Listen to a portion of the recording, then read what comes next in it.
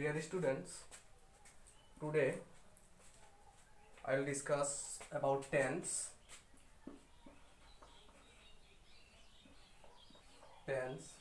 In our previous class, in part 1, I have discussed present indefinite, present continuous and present perfect. So in this class, I will discuss about present perfect continuous tense. Present perfect continuous tense. This is very important because from this rule, from these uses. So first of all, I will discuss the uses of tense. টেন্সৰ ব্যৱহাৰবিলাক আমি আলোচনা কৰিম। তো present indefinite tense, present perfect continuous tense, এই নিয়মটো খুব দৰকাৰী, কিয়নো এই নিয়মৰ পৰা প্ৰত্যেক বছৰে এটা দুটা কোৱেশ্চন ফাইনাল পৰীক্ষা তোমালোকৰ আহিয়ে থাকে। So first of all I will discuss about formation. Formation here, subject plus have or has plus been plus main verb plus ing plus object plus extension. This is the formation of present perfect continuous tense. And uses of present perfect continuous tense in a sentence, like number 1, if in a sentence there is since, and for, is mentioned and the sentence is in simple, and also affirmative. So since and for should be mentioned in a sentence, and the sentence should be simple and affirmative. So in that kind of sentence we can use present perfect continuous tense. Example, if I give you example, then you will understand. Common example number A, it rain since morning. This is the question. It rain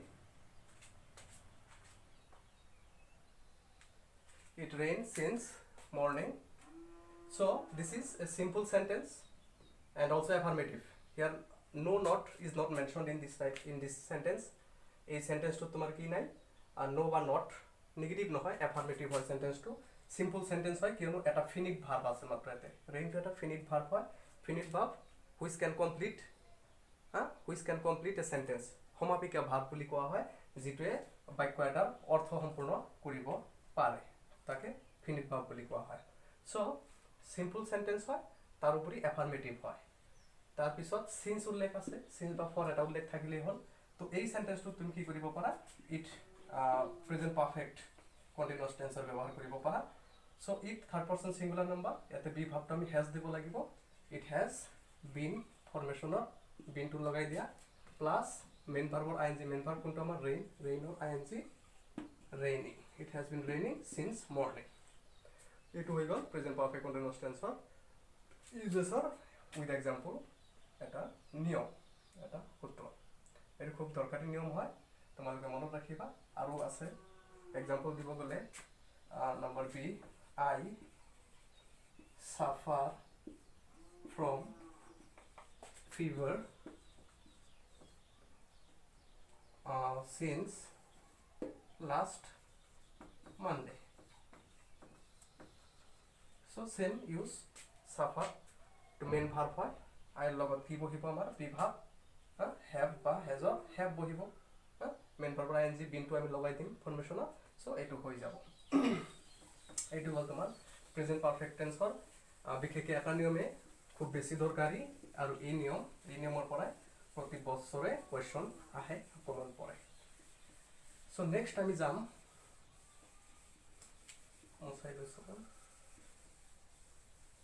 next আমি যাম past indefinite tense present perfect continuous or পিছত আহিল আমাৰ past indefinite past indefinite tense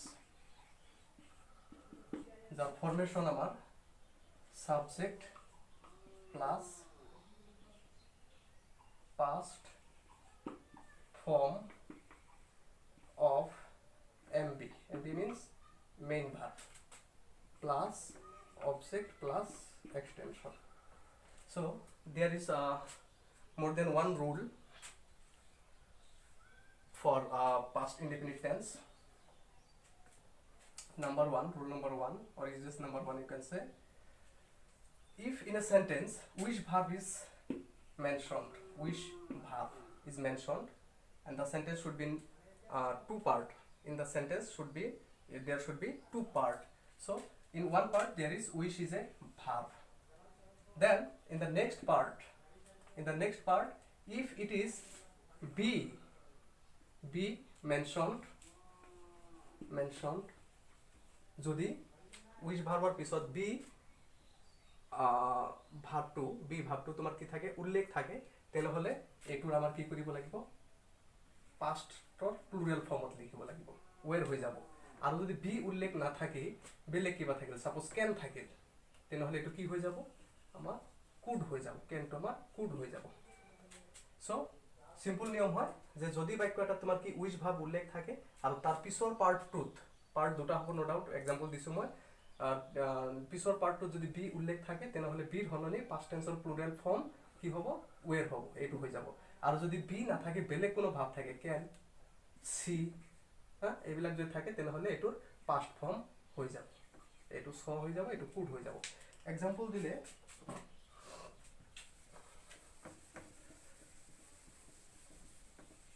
যেনেকা এইটো conditional সেন্টেন্সৰ নিচিনাই হ'ব example বিলাক যেনেকা I wish, I be a king. Imaginative sentence এটা imaginative conditional বুলি ক'ব পাৰা এইটো এটা এক্সাম্পল মই দিছো I wish I be a king যে মই আশা কৰো মই যদি এটা এজন ৰজা হলো হেতেন তেনেহলে এটা আমাৰ উইশ ভাবটো উল্লেখ আছে পাৰ্ট দুটা আছে এইটো এটা পাৰ্ট আছে তো পিছত আমাৰ বি ভাব উল্লেখ আছে তেনেহলে বিৰ হলতে আমাৰ কি হ'ব ওয়েৰ হৈ যাব I were a king আৰু যদি বেলেগ থাকে দুই নম্বৰ এক্সাম্পল এটা লৈছো মই I wish I can help him মই আশা কৰো মই যদি তেওঁক সহায় কৰিব পাৰিলো হেতেন তেনেহলে এই সেন্টেন্সটো উইচ ভাব আমাৰ উল্লেখ আছে পিছত কিন্তু আমাৰ বি নাই তেনেহলে কেন আছে কেনৰ পাষ্ট ফৰ্মটো আমি লিখিলে এটো শুদ্ধ হৈ যাব I wish I could help him এটো এটা রুল গল তোমার এক নম্বৰ ৰুলটো পাস্ট ইনডিফিনিট টেন্সৰ নেক্সট আৰু এটা ৰুল আছে ফৰ্মেশন বিলাক তোমালোকে আটাইতকৈ দৰকাৰী বস্তু ফৰ্মেশন বিলাক you must remember the formation otherwise you cannot do the void sense you cannot make a sentence এবিলাক কৰিব নোৱাৰিবা নাম্বাৰ 2 পাস্ট ইনডিফিনিট টেন্সৰ 2 নম্বৰ এনেকৈ দিলো 2 নম্বৰ ৰুলটো আমাৰ কি আছে যদি if in a sentence there is last yesterday lately at that time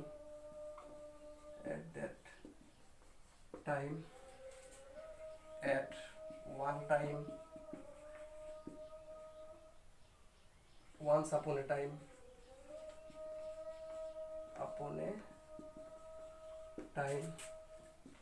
recently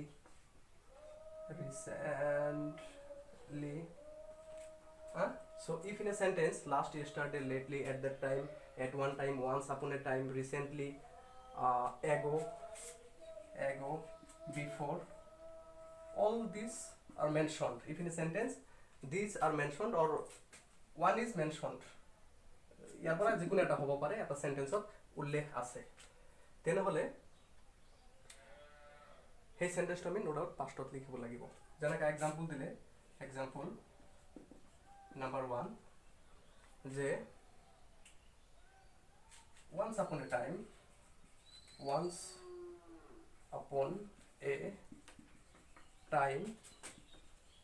there be a king in Manipur. Example. So once upon a time there be a king in Manipur. So once upon a time is mentioned in this sentence. এই সেন্টেন্সতে কি আছে once upon a time to উল্লেখ আছে হ্যাঁ আমাৰ ইয়াতে আছে once upon a time যদি উল্লেখ থাকে তেনেহলে সেই বাক্যটো আমি কি কৰিব লাগিব past indefinite tense লিখিব লাগিব সো past indefinite লিখিব গলে সাবজেক্ট কোনটো আমাৰ a king third person singular number টো হয় আমাৰ সাবজেক্ট সো এই সাবজেক্ট হলে আমাৰ কি হ'ব বি ঠাইত ওয়েৰ নহব কনফিউজ নহবা তোমালোকে এতে খালি বি ভাব ইউজ কৰিলে হৈ যাব হ্যাঁ তেনেহলে কি হ'ব was হ'ব এটো ওয়েৰ কিন্তু নহব কিয়নো a king third person singular number তো ইয়াৰ লগত was হে বহিব প্লুৰাল হলেহে ওয়েৰ বহিলে হেতেন আৰু আগৰটো যেটো আছিল আমাৰ উইচ ভাৰ্ব হেটো এটা বেলেগ নিয়ম এই নিয়মটোৰ লগত কনফিউজ তোমালোকে নেভাৰ বি কনফিউজড আচ্ছা নেক্সট আৰু এটা एग्जांपल দিলে এই নিয়মটো বিৰাট দৰকাৰী নিয়ম হয় this is very important rule often comes question from this rule next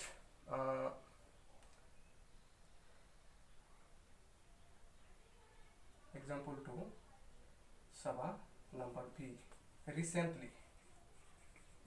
recently the price of petrol go up so amar yate ki ase niyam to amar recently is mentioned in this rule so recently thakile am ki koribo lagiba past indefinite tense or ব্যবহার করিব লাগিব so good ঠাইত কি হ'ব past indefinite verb হলে went হ'ব কিছুমানে confuse হয় বা এটা কিছুমানে কব খোজে যে রিসেন্টলি থাকিলে কেতিয়াবা তোমাৰ কি হয় সেন্টেন্সটো সেই সেন্টেন্সটো আমাৰ প্ৰেজেন্ট পারফেক্টত লিখিব লাগে has gone কিছুমানে এই নিয়মটো কব খোজে বা লিখেও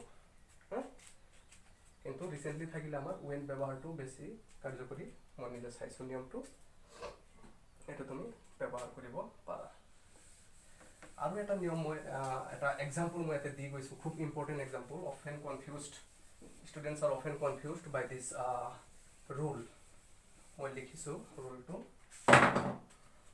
নম্বৰ সি ধৰি ললো মই ৰাজু সি at school yesterday থাকিলে তো আমি জানো past indefinite tense ব্যবহার হ'ব যোৱাকালিৰ কথা কোৱা হৈছে তে তো past indefinite tense ব্যবহাৰ কৰিলে চাবা যাতে ৰাজু past indefinite ব্যবহাৰ কৰিলে তেলে সিৰ past form ছ হয় ৰাজু ছ at school yesterday ৰাজু দেখিছিল স্কুলত যোৱাকালি কি দেখিছিল এটো সেন্টেন্সটো কমপ্লিট নহয় তো এনেকা সেন্টেন্স থাকিলে যদি ভার্ব হিচাপে সি নাইবা কিলো থাকে কেতিয়াবা কিল সি কিল এবিলাক থাকে আৰু যদি তাৰ পিছত এট বা ইন থাকে সেন্টেন্স এটাৰ সি ভাৰ্ব যদি থাকে কিল ভাৰ্ব যদি থাকে আৰু তাৰ পিছত যদি এট বা ইন থাকে আৰু সেন্টেন্সটো যদি আমি পাস্ট টেন্সত ব্যৱহাৰ কৰিব লাগে তেনেহলে আমি কি কৰিব লাগিব এই সেন্টেন্সটো পাস্ট টেন্সত পেসিভত লিখিব লাগিব Raju was seen at school yesterday এই সেন্টেন্সটো শুদ্ধ হ'ব খালি সিম্পল পাস্ট ব্যৱহাৰ কৰি থলে সেন্টেন্সটো কিন্তু ভুল হৈ যাব তোমালোক নিয়মটো মনত ৰাখিবা আৰু কিলো যদি থাকে কিল তেনেহলে Raju was killed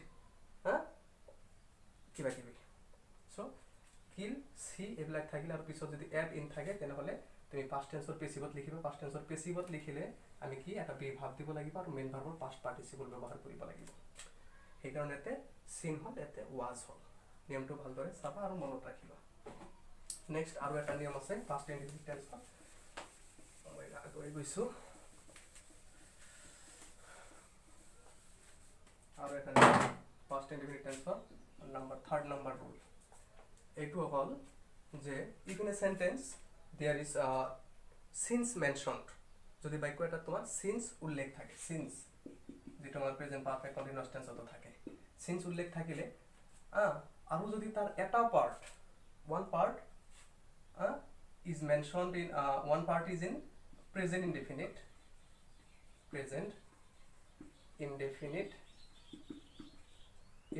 or present perfect perfect. Since is mentioned in a sentence, one part is in present indefinite or present perfect, then the next part should be in past indefinite. কথাটো clear যে কোনো একটা বাক্যত যদি since উল্লেখ থাকে আর এটা part তার দুটা পার্ট হ'ব নো ডাউট সেন্টেন্সটো সিন্সৰ আগে পিছে দুটা পাৰ্ট হ'ব সিন্স উল্লেখ থাকিলে আৰু এটা পাৰ্ট প্ৰেজেন্ট ইনডেফিনিট নাই বা প্ৰেজেন্ট পাৰফেক্টও থাকিব পাৰে তেন্তে নেক্সট পাৰ্টটো আমাৰ পাস্ট ইনডেফিনিট লিখিব লাগিব পাস্ট ইনডেফিনিট টেন্সত লিখিব লাগিব এক্সাম্পল দিলে কমন এক্সাম্পল বা ইম্পৰ্টেন্ট এটা এক্সাম্পল আছে it is 10 years since I see her. It was an example. Saba. It is 10 years. It was a present indefinite tense. Present indefinite tense. Since our ullekh ase, next part on ki kori past indefinite tense. Since I saw her. Next our example ase. Important example hoy.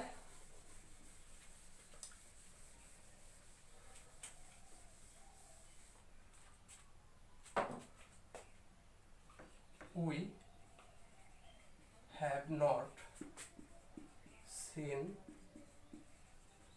Rahul since we leave school. Important example যে যেতিয়াৰ পৰা আমি school এৰিছো ৰাহুলক তেতিয়াৰ পৰা আৰু দেখা নাই so the since is mentioned in this sentence since উল্লেখ আছে তাৰ এটা পাৰ্ট ইফালে আছে আৰু এটা পাৰ্ট ইফালে আছে তো এটা পাৰ্ট আমাৰ কি হত আছে চাবা উই হ্যাভ নট সিন এই পাৰ্টটো আমাৰ প্ৰেজেন্ট পাৰফেক্টত আছে প্ৰেজেন্ট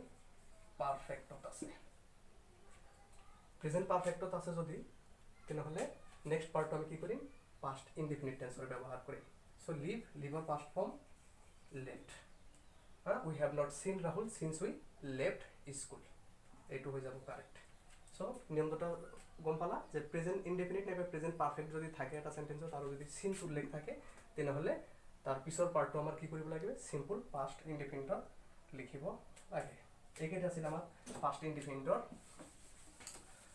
ৰুল আৰু দুটা থাকিলে মই পিছলৈ দিম আজি ইমানে আজিৰ ক্লাছ আৰু বেছি দীঘলীয়া নকৰোঁ মই নেক্সটত আৰু এটা ক্লাছ আমি লম এটো পাৰ্ট 2 গল নেক্সট আমাৰ পাৰ্ট 3 এটা ক্লাছ আমি নো ডাউট কৰিম তোমালোকে নিয়ম কেইটা ভালদৰে চাবা মনত ৰাখিবা কনসেপ্টটো ক্লিয়াৰ কৰি ৰাখিবা নেক্সট টাইমত সুবিধা হ'ব তোমালোকৰ